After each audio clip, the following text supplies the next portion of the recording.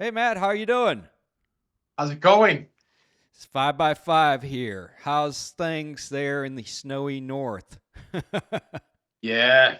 Look outside and everything's frozen. It's Right. got frozen to the point where you're kicking through the snow to actually get Yeah, anywhere. yeah. It's a It's little crunch. crazy, It's a little crazy. crunchy, right? Yeah. Little crunchy. That's right. We got a dusting of snow down here in South Carolina. So yeah, we got a little snow and most of it's melted away now. It's there's a few smattering bits here and there in the shade, but it's Yeah. almost all gone. South Carolina got snow. That's crazy. Oh yeah, Wow. oh yeah. There was snow all the way down in Georgia, so that storm that Wow. came through here was pretty epic. So Yeah. I know we all love snow, but what are we going to talk about today? So, uh, like anything else on what we've done so far, we're going to talk about something completely different. Awesome. We're going to talk about the very first named, and I say named as in like first time it was ever really used, exoskeleton. Really, And it is the Hardiman. Hardiman. So Yeah. we mentioned this a little bit last time, didn't we? That's a project from 1960s, 1970s, Hmm. Army Navy funded through General Electric, right? That's right. So the sheer principle was is that you there's a lot of confined spaces on boats, and they were looking at the idea of being able to move munitions quite easily in confined spaces. Which you think about it, it kind of makes sense. Right. You know, just be able to freely move around. So originally they put together the idea of having some type of device where somebody could pick up large weights. I think, if I'm right, I think it was £1,000, wasn't it? Was it £1,000 they were Oh aiming yeah, for? it was a large amount, and they had there's like a list of requirements that they put together. Yeah, it's 1,000 pounds, and I'm reading the thing now. Is they wanted to amplify a man by 25 to 1. So for every 25 pounds, it amplified it, 25 more times from that. So yeah, Yeah, yeah. So at the time, GE had an employee, a real maverick, a real inventor. He just was an engineer, and the guy was called Ralph Mosher. He'd previously come up with a system which, and you'll have to correct me on this, is it the handy? Was it the handyman? handyman. Yeah, yeah, exactly. Yeah, so the handyman device is, if you will, it's a mechanical linkage system that goes around his arms, and he has another set of arms in front of him, and it can do particular types of work. Yeah, that's The Go ahead. Yeah, go ahead. No, This, I no, was just going to say that the I was just gonna say it's like you there's a name for it. Do you remember what the name of those things are? oh Aren't they God, no. aren't they telerobots or Telerobots, yes, they are. okay, Yes, they go are. ahead. Sorry to interrupt. So yeah, so yeah, you've got the system, and that's right. Yeah, the telerobot system, and Hardiman was a, if you will, an evolution for Ralph Mosher to be able to really look at taking this method of control, taking this method of device control, and moving it onto a mobile device. So I mean, you've got to see it from the '60s perspective. It was so super top secret that nobody really knew about it. But at the same time, Moshe had been developing this stuff for years, and it really got his control system down, so it was moving pretty well. So they then move into the next phase of this, where this is where it's the Naval Research Laboratories, isn't it? Is it Naval Research that were involved for Yeah. it? Now they teamed up with the GE to look at this device that could be made. So that just gives you a bit of a grounding as to where Moshe came from in this actual introduction. So then, one of my favorite lines. Now, this is in the, as we know, this is in the actual reports themselves. One of my favorite lines is that they decided to do the legs last because that would be the easiest thing to do. Right, right. Isn't that funny? Yeah. We're laughing because like the legs are always the hardest because of the balance issue. It's like if you look at any like especially now there's humanoid robots out there. People have been trying to do humanoid robots for a long time, and they always fall over because the balance is so hard. Yeah, yeah. I mean, I was at an event last week, and not last week. Sorry, I was at an event in June, and it was at ICRA, and there was we've got a mobile robot, bipedal, stood there, face plants the ground, and my God, when these things go down, you go run for cover. This thing is coming down. Right, right, So, right. back to the actual point, back to the story. So then say, right, let's do the legs last because they're obviously the easiest. And so then what they decide to do is break it into two sectional pieces. Then say, right, what we'll do is we'll do the arms. We'll make one arm and we'll do a test and we'll do a demonstration. This became known as the missile test. Right. And what it was is it was one of the researchers who's famously shot in one of the photos. You'll see him. He's kind of leaning over with the arm round his arm. He then demonstrates it by simply grabbing this device, grabbing some munition, and holding this above his head. Right. The frustrating thing is this is recorded, and for some reason, nobody can seem to find this recording. I can find a picture from a frame from the recording, but who knows where that's gone. Right. So when you say recording, we're talking about somebody took actual film footage of this happening, and it may still exist in some dusty crate somewhere in a warehouse. Yeah, guarded by top men. Top men. So then they go into it, they come away. The first layer of the actual project is a success. Now you got to think I think this is about a year or maybe 2 years into it. Right. So they built it. The actuators they were using, they're called servos. Right. The actuators they were using, they built them from scratch, and there were a series of hydraulic methods. But so they demonstrated that this had worked, and then they moved on to the next phase. Now the next phase was to actually have a man in this system, which will be the legs as well. So they take the arms and then they put it onto a manned system.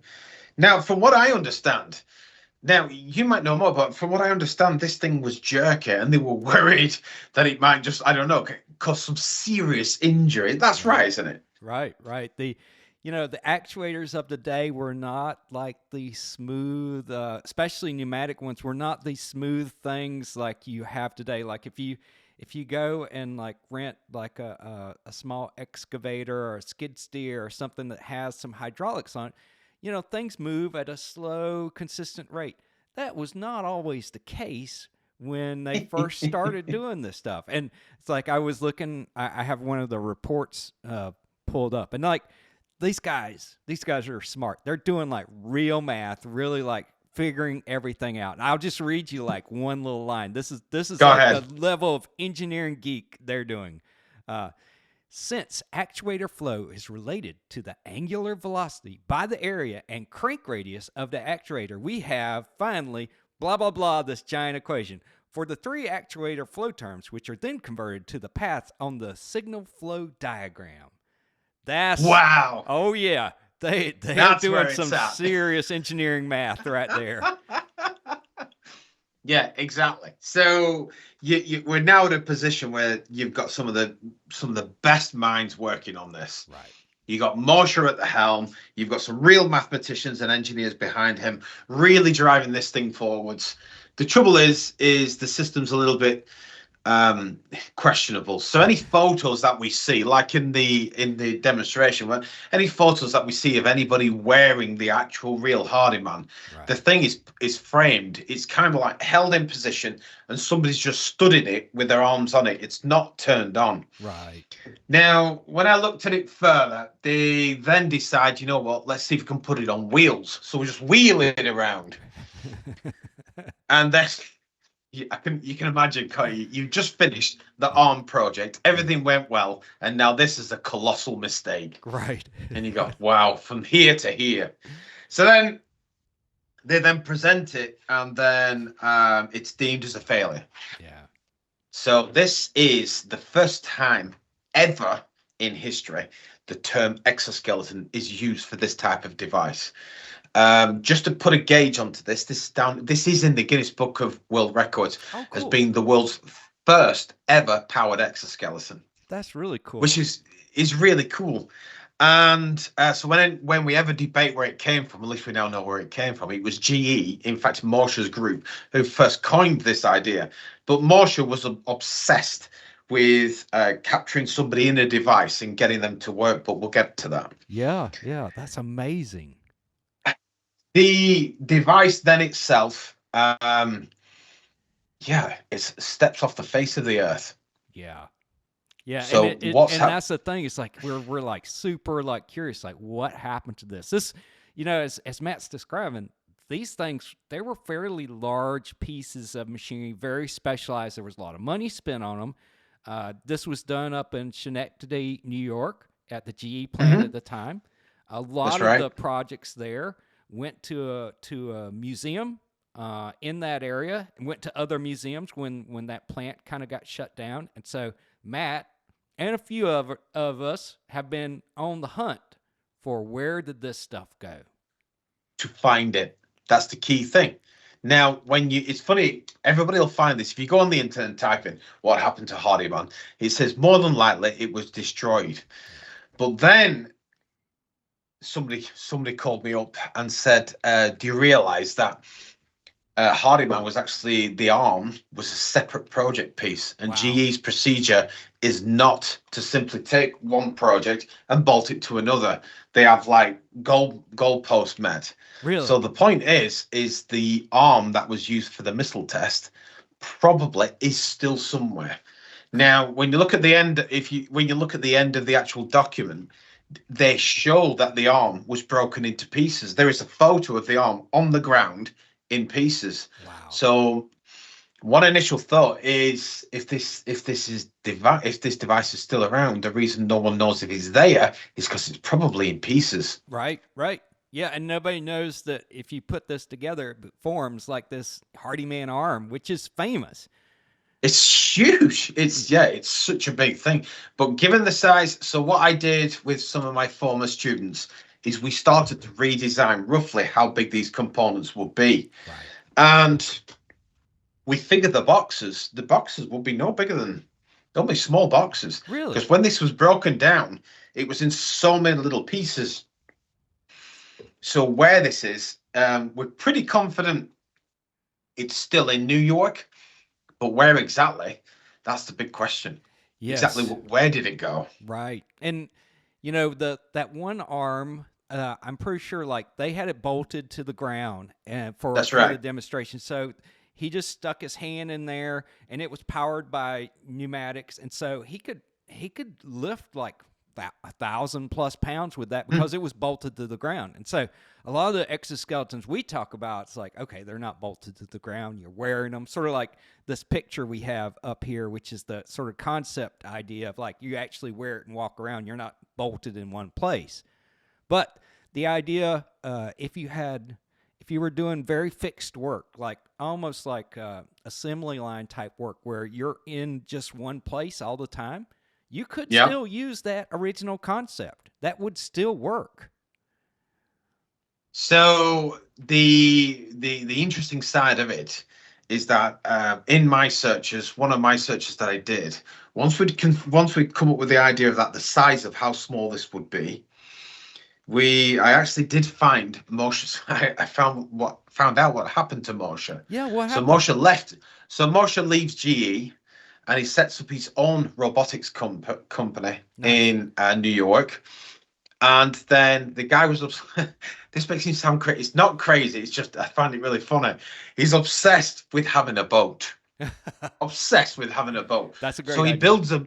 he builds a boat in his house in the In basement. the basement. No, this is like a TV show, right? This is like he really It's does kind it. of yeah, he's really done it, and you kind of go, okay, cool. But I mean, as a reflection as a guy, he's been a heavily respected engineer. He's done so many key projects. He served in the military as a flight officer, Right. and you kind of go, so he's got this great history. And there is one little extra curveball that he also did, which I absolutely love, which is the walking truck, Yeah. and it's called the CAM, something like the cybernetic. automated. I can't remember the exact name, but it was called the cam truck. The idea is you've got. I shouldn't laugh, but you kind of go, wow. So he's taking the same system, the hydraulic system that's in the Hardiman, realized that when you're in the Hardiman, you can't stand up. And then he thought, well, what if you get a guy and he's led down? Then you could have his back legs to control the back legs and his arms to control the front legs. So in essence, making a walking truck. The pure principle of the idea is you've got a walking truck, somebody can walk up a mountain, go and save some of the soldiers, or go and or take soldiers up a mountain in this huge device. Wow. The amazing, you can find videos of this on YouTube. Okay. You go on YouTube and they've still got the demonstrations of this, and there's some demonstrations where this thing kicks to side a truck, a Jeep, I should say, and it's so impressive to see. But the problem is it's relying on the pilot being extremely fit Yeah. because it's so tiring. Okay. So we're then at a present state where this technology, again, sadly didn't work, but it kind of did. The real limitation, the limitation in this is the man that's in it. The human side of this is the limitation. Yeah. So I wonder if they rebuilt it today, if with modern technology, if it would be amazing at this point. It really would. I mean, the principle of where this project comes from, they're looking to how to do that. But then Boston Dynamics, as we all know, Boston Dynamics, they come along and they go, right, project's a great idea. Love that idea. We need something that's got the same type of principle, but is a robot. Big Dog is born. Oh my gosh. So from what Moser and them were doing with the walking truck, you get to Big Dog. And Big Dog is the first step toward what? Spot. Oh my God. The yellow dog robot everybody knows. Yeah. And now when you look at dog robots, you got these really tiny ones, you got all different sizes, but they're all same type of design as what Spot is. So you could argue that all these robots in the world exist because of what Moshe did on Hardiman. Wow. Which is crazy, isn't it? That is crazy. That's a great story. How it all kind of connects, Yeah, and it's so cool, and that's why the walking truck, is actually in. I think if I remember right, I think it's in Detroit. Okay. One of the military bases in Detroit, but it is still in one piece. Wow. So that's why if you roll it back and you think of the walking truck, if the walking truck didn't work, but they kept it. They must have kept Hardiman.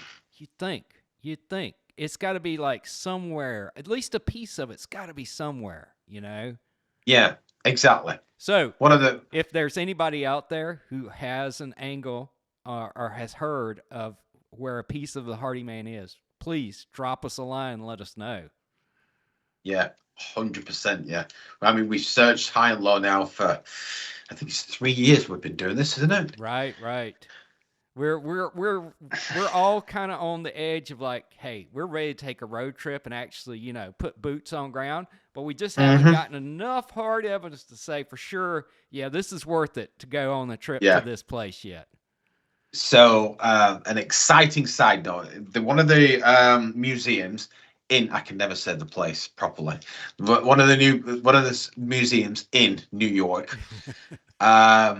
He says to me, I got in touch with this guy and he says to me, right, he said, when GE were going through a hard time in the 60s and 70s, they moved a lot of projects out just because they've literally hoarded everything. So they've kept everything and they've reached out to some museums and given all of this stuff away. Now, one of the curators I spoke to, I said to him, were you ever given any things? And he confirmed he was given 4,500 articles from GE, right from boxes through to photos, and he has some of the most original photos of the actual Hardiman being developed.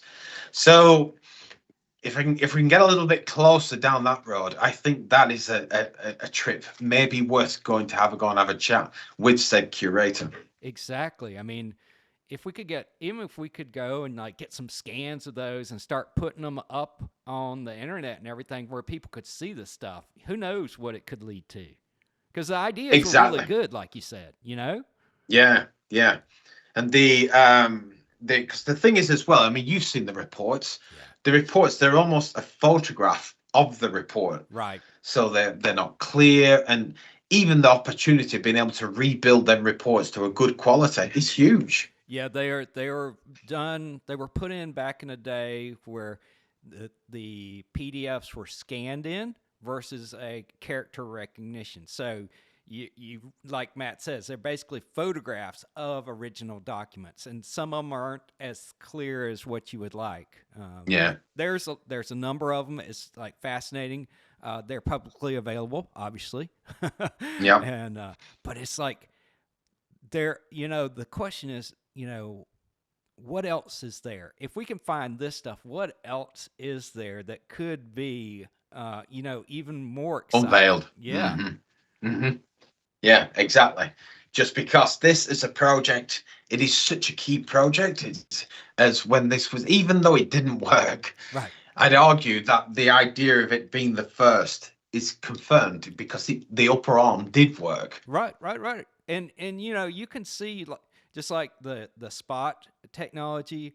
If you go to like, especially a lot of the Department of Energy laboratories where they're handling radioactive elements and other hazardous things, they use the telerobot type, distance robotic arms and stuff like that. Yeah. I'm sure there's lots of other places where this technology that started at GE, that the Navy and the Army and everybody was involved with, has led to so many other things. It'd be great to kind of trace all the parts and paths of what came out of this. Yeah, connecting all the dots.